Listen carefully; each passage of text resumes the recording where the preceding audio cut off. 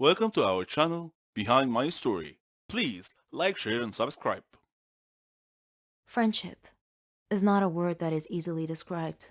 In fact, those who know the true meaning of it are scarce. It usually comes with a bond of trust that is not easily broken. The question is, can you believe in that bond till the very end, no matter what? My name is Sophie. I'm 21 years old. I used to live with my parents and my two siblings, Lena and Brian. Dad's an architect. Mom's a doctor. But she had to leave her job to take care of Brian and Lena because they were young and still needed her care and attention. And for a long time, so did I. As a kid, my parents were always worried about me. I didn't have any friends at school, and I was very shy. I would immediately cry when something happened, but all that changed when I met my guardian angel, Matilda. The way we met was somewhat bizarre. I did pretty well in my studies at school. I had hobbies like art and music. Unfortunately, there was this one group of girls who liked to bully people like me. One day, in science class, I was carrying a project I was working on when those girls stopped me and tried to take my project.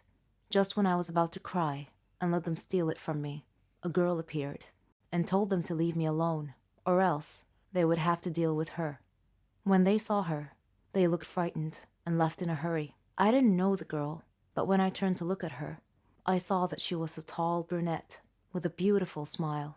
She took my project and held it for me because I was shaking and sobbing. Then she walked me to class and told me she would be back during break to check on me. As she was leaving, she called back to me and shouted that her name was Matilda and said that she would see me later. She did indeed come back during break. The clique of bully girls left me alone after that and kept their distance from Matilda as well. I asked Matilda why they were so afraid of her. She laughed and said it was a long story, but the short version was that she beat them up once and they became afraid of her and stayed clear ever since. I asked her how she knew that those girls were always bothering me. She said it was pure coincidence, that she had happened to be in the classroom the day they tried to take my project from me. She said that I looked so helpless that she decided to step in.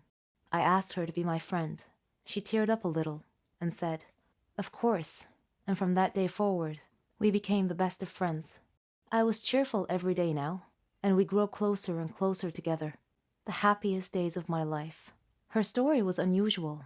Her dad was a boxer. Her parents split up because her mom couldn't stand the thought of him risking his life boxing every day, so she left. Her dad did his best to look after Maddie and her two little sisters.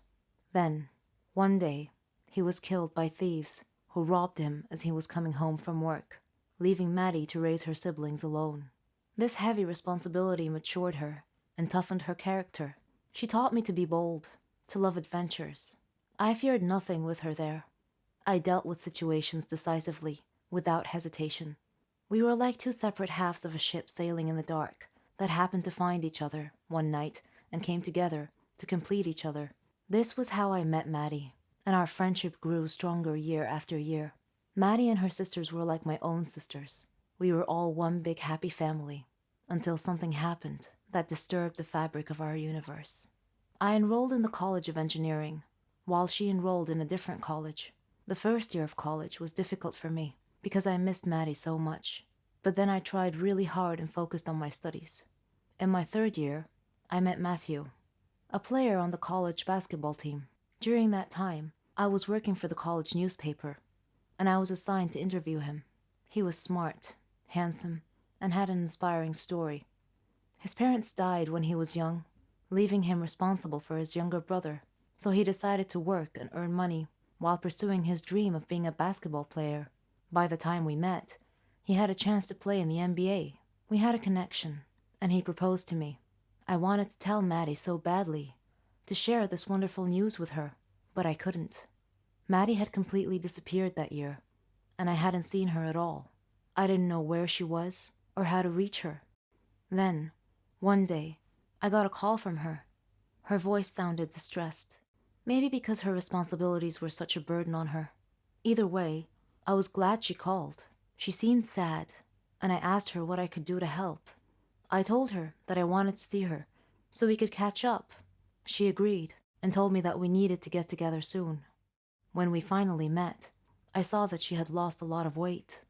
I asked her why, and she replied that she was working while going to college. She wasn't looking after herself at all, but her eyes told another story. I told her about Matthew, and that we were getting married soon. She smiled, but her joy seemed affected somehow. I didn't know how to describe it. Perhaps it was the disconnected look in her eyes. I wanted to introduce her to Matthew, but apparently they had already met. They spoke politely to each other, but there seemed to be something between them that made us all feel uncomfortable.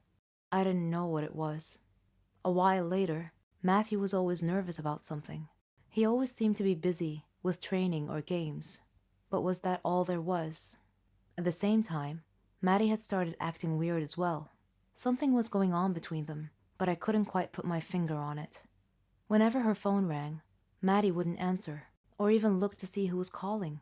Shortly before my wedding, Maddie had disappeared again without notice. Matthew went back to his normal self, and everything seemed to be fine. The wedding ceremony was going beautifully, until we got to the part where the preacher said, "Anyone who saw a reason why this marriage should not take place, may they speak now or forever hold their peace." Well, it turned out that there was someone who saw a reason why this marriage should not take place, and that someone did speak up. And much to my amazement, it was Maddie. She shouted that Matthew was her fiancé, and that he had deceived her and left her for me. Matthew looked at her with a perplexed look on his face, as if this was news to him.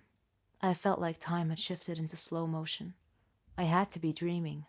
I couldn't imagine why neither of them told me this before. I looked at Maddie and asked if it was true. She said, "I'm done lying to you. I don't want to act anymore. Meeting you has been the most horrible thing that has ever happened to me. My life was going well till I met you. You got everything you wanted, even Matthew. He chose you instead." I was staring, lost for words. Tears started running down my face. "Please leave," I said quietly. Maddie was crying too, yet she smiled and walked away. I didn't understand her behavior. Why did she smile as she walked out of my life? Days later, the answer revealed itself. Matthew and I knew each other well, and what happened at the wedding did not affect us at all. Still, I could see it in Matthew's eyes. He had something to tell me, and one day, he came inside the house with tears in his eyes. I asked what was wrong, if his family was okay. He nodded and said, "They're all fine, Sophie, but there's something I've been wanting to tell you." During those times, when Maddie disappeared without warning, it was because she kept a secret from you. She had a terminal disease. She was dying. I was shocked. He continued and said that she had arranged the scene at the wedding to make me hate her, so that when she died, I wouldn't feel grief or sorrow. That she had loved me so much. Soon after our wedding day, her disease took a turn for the worst, and she died. I was still standing in shock. He gave me the letter she wrote me. "Dear Sophie, I'm sure that up to this point in time, you didn't understand my strange behavior, my sudden change. It was necessary to protect you from the shock of my death. I had no choice but to make you hate me. Don't be upset with me, dear Sophie.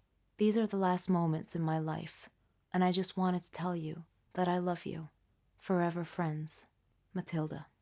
I cried like I never did before. I had lost my best friend. Dear Maddie, now I know the reason for your tearful smile when you left the wedding that day. You are still my one true friend. Not a moment has passed without thinking of you. Forgive me for not being there when you needed me most. You will always be in my heart. My son killed me. Yes, you read that correctly. I am not a ghost or an evil spirit that needs rescuing. I have a brave heart. My name is Megan, and I hope to inspire you with my story. I lived with my father and my sister Marlene after the death of my mother, who died from an illness. Though I was only 18 years old, I became responsible for taking care of my whole family. I did everything for them, like cooking, cleaning, washing, etc. My father was a great man, and he did his best to make us happy. I supported both my sister and my father. We faced a lot of problems together, illnesses, financial problems, school, and the like. But there came a day when I had to make a life and death decision at my young, tender age. I fell in love, as any girl my age tends to do. My sweetheart turned out to be loved my neighbor, a guy named Dave. We had grown up together, and we shared everything. Love, sadness, jokes. Our dreams had evolved as we grew up too, so we decided to marry. He knew all about my life circumstances, so he chose a flat near my family for me. We had a nice party and celebrated with our families and friends. Every day, he proved himself to be a responsible man. He loved and respected me, and I him.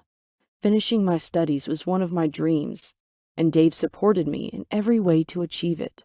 But my biggest dream was to have a baby. But sometimes life just isn't fair. One day, while cleaning the house, my heart began beating rapidly, and I couldn't breathe well. I was barely able to call out to Dave, who came immediately when he heard me cry for help. I had had this symptom before when I was younger, but I never told my father because I didn't want to worry him.